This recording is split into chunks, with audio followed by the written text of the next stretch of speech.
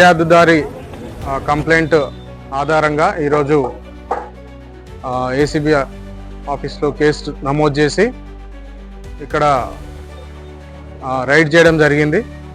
ఎవరైతే ఆ కంప్లైంట్ ఉన్నారో అతనికి సంబంధించిన కొన్ని ఫైల్స్ ఇక్కడ పెండింగ్ ఉన్నాయి.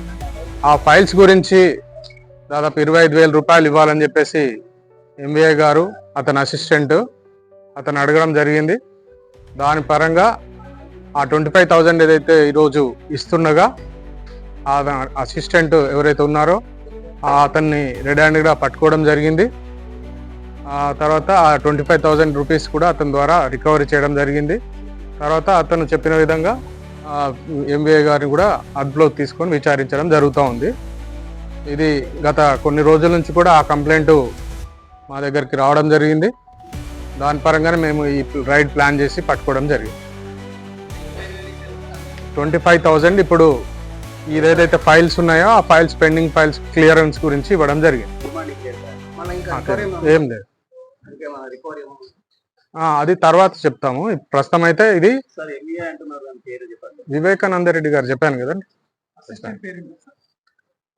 అసిస్టెంట్ పేరు వచ్చేసి తిరుపతి. అతని అసిస్టెంట్ కమ్ డ్రైవరు. అతను తిరుపతిని మరియు తిరుపతి డబ్బులు తీసుకున్నాడు. అతను రెడ్ హ్యాండ్ కూడా పట్టుకోవడం జరిగింది. అతని ద్వారా వివేకానంద రెడ్డి గారిని కూడా పట్టుకోవడం జరిగింది. విచారిస్తున్నాం ప్రస్తుతం.